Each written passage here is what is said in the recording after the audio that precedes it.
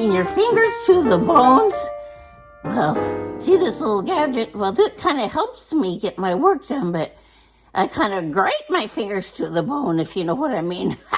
Well, you have to be a little bit careful because anytime I serve you something red, you never know how I've made it. Little accidents like this, it's not too bad. It's just a little blood. If you're like me and you kind of grate your fingers to the bone to the death, then do I have a product for you and me.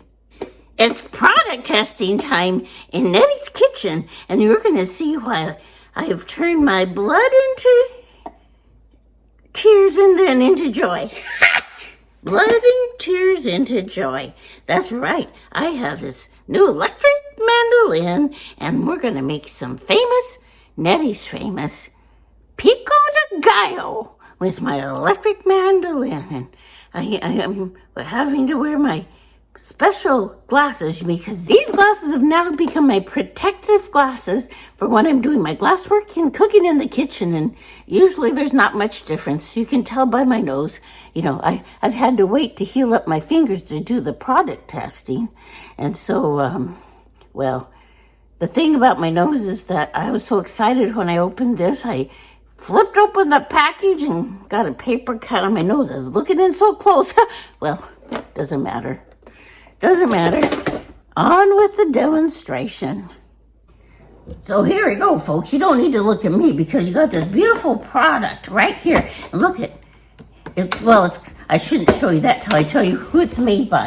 I have to turn it this way because I'm right-handed, but it's Cook's Essentials. And I think I found out that this was sold on QVC. Well, I got it at Goodwill for $14.99. Well, the original price on these were about 75 buckaroos, and here I got it for like 15 bucks, and no taxes in Oregon. And so, I thought, what the helicopter? Why don't I just try it and see if I like it? Because you know what Nettie makes. Let me tell you what I make. I make Pico de Gallo, and it's an original recipe from Puerto Vallarta, one of my favorite places in the world. And, since I can't be there, we make it quite often. And it's so simple. It's more simple than you'd know, because everybody wants to put in all this gunk. But when I go to Puerto Vallarta and they serve it up in less than 10 minutes, is because they use only fresh ingredients and not that much. Now, one of the things I don't use is jalapenos. Jalapenos I'm allergic to. And I'm going to tell you something.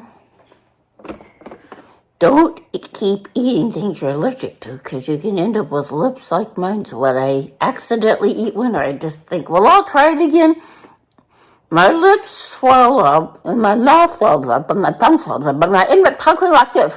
Well, let's try a jalapeno right now.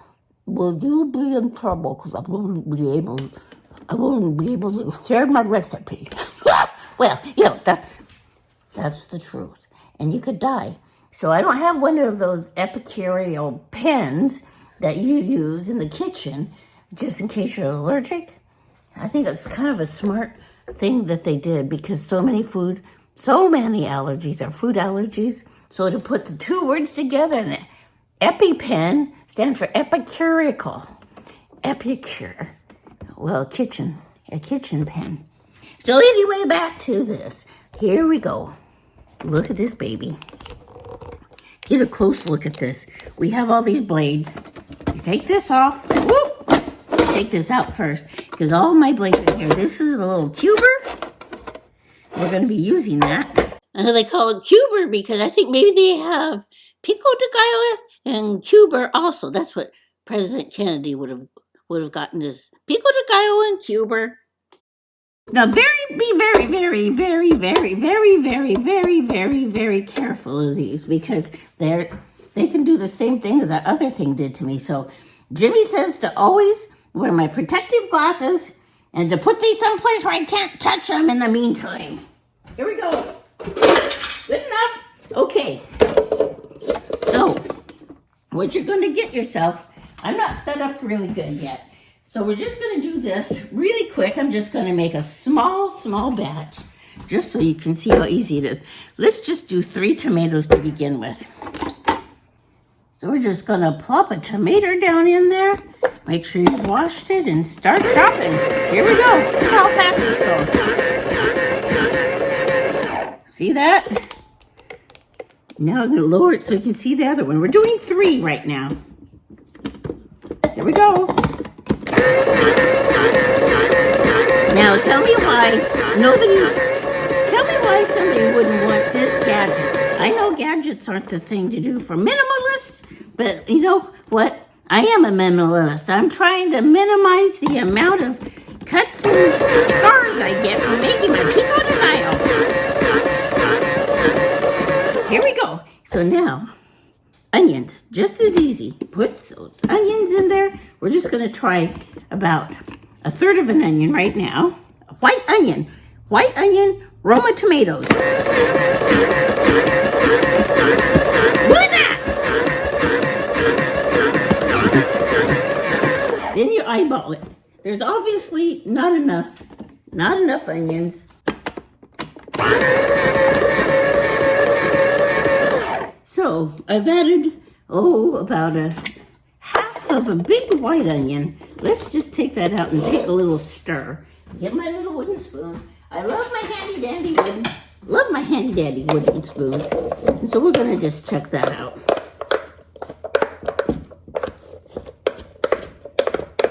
Well, now I've put too much in. All I have to do is do 1 more tomato. And you know, it changes. It doesn't matter. You can leave them all in there and you don't have to change the blade. Let's go.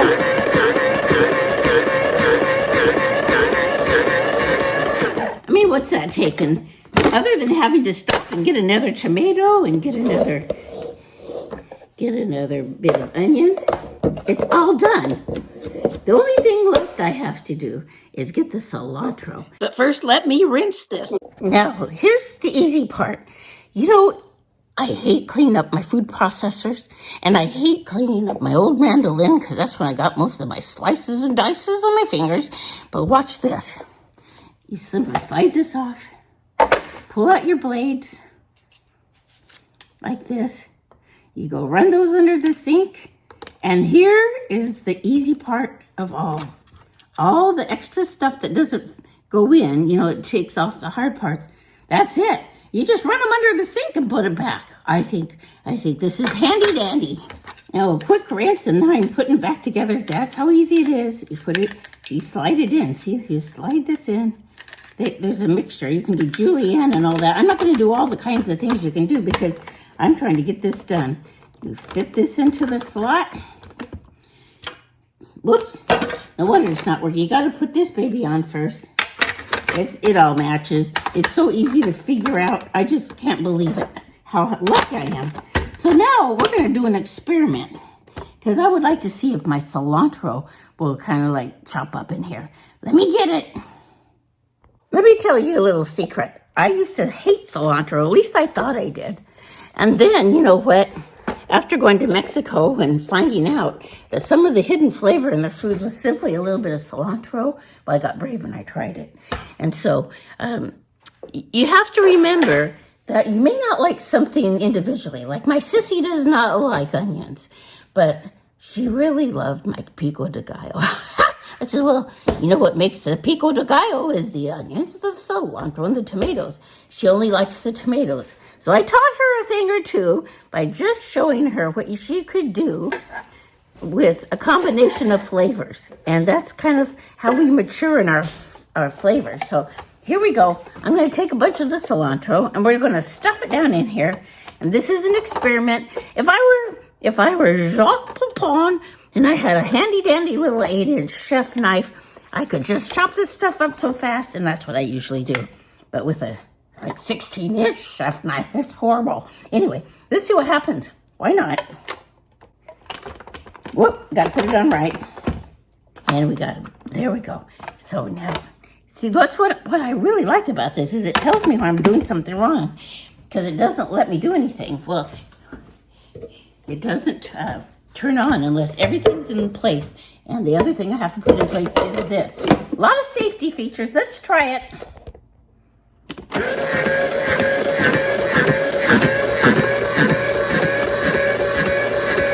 Well, I think my George Papon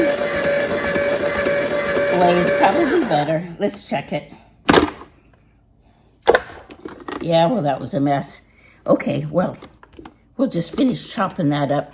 Well, why I don't usually like to show you how to chop it is because I use this thing and it's a little scary. And, I kind of have to chop it to death. So I thought maybe that would be gentler. But all that did was mush it, and we want it to taste fresh. Although, us having a little bit of cilantro in there is actually going to add a little more flavor. And you just do this by look. And so I'm going to chop a little bit, and then I'll show you what we do with it.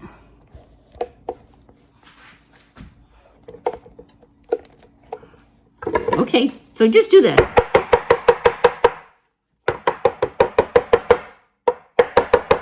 Sounds bad because it does. It does. Okay.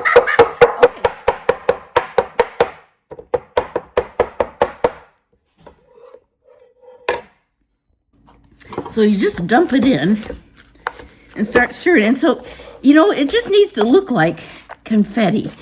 And I think we can put just a little bit more in. Woo! Drop my soda water. Well, this segment brought to you by my black cherry soda water. They're not really sponsoring me, but black cherry soda water brought to you was also going to clean my floor. Hang on, I got a mop. Most people have a fire hydrant in the kitchen. Well, I do, but I have to have a mop too. And always, whenever you spill, mop it up right away so you don't go slipping around the kitchen onto the tile. And, well, Nettie has to employ her mop quite often. Same with my Band-Aids. Okay, here we go. A little bit more cilantro here.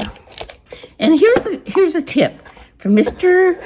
Jacques Papon, is that once you get done chopping all these things off, put the stems in a freezer in a Ziploc bag, and then when you need a little bit of a cilantro taste, you chop them up frozen. If you chop them up frozen, it adds a little bit of that cilantro flavor. There's a lot of flavor in those stems, and they're easy to chop up fine when they're frozen. So that segment brought to you by Mr. Jacques Papon. He's such a good chef. Okay, I think this is going to be enough. Can you see that? So normally I'm pretty lazy with the next step, and that's with a lime. And I usually use lime juice because sometimes I make this actually with some canned diced tomatoes when it's in the winter time. You can't get good tomatoes, and then I just use whatever I have, and it's okay. Jacques Papon taught me that too. So just squeeze the juice of a lime in, depending on the batch, And if you use lime juice, the secret to that is you don't have to salt it quite as much because lime enhances the flavor of salt. That's why your margarita's so good.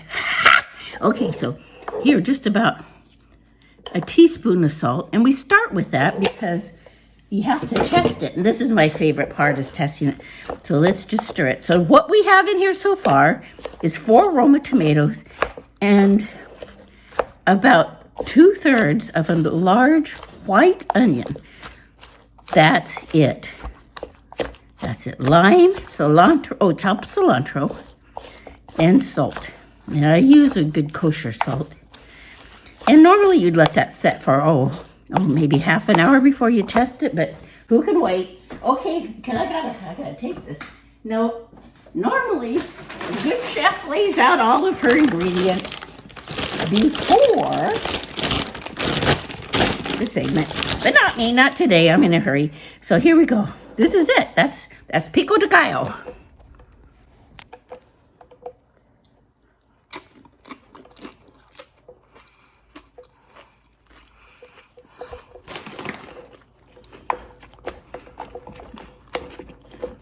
Makes the boo-boo on my nose all worth it.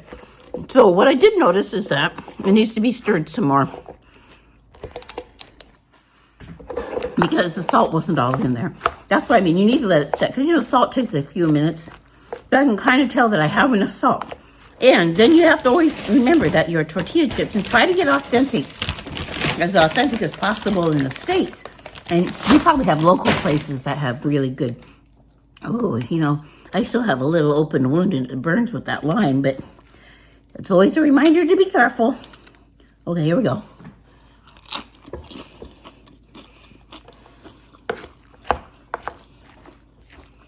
So good. Thank you for joining me today in my... Sorry, I'm talking with my mouth full. I can't help myself. If I had a margarita, I could wash it down. Okay, well, it's time to end this.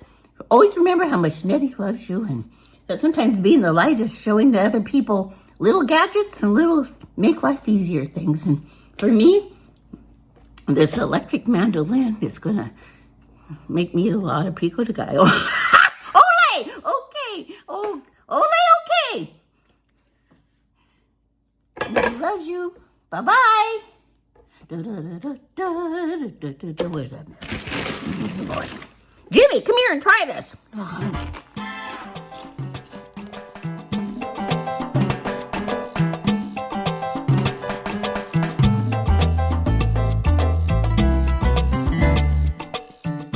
If you want to see more of these educational videos from Nettie, if you subscribe, then Nettie will be around for a long time. Well, please subscribe.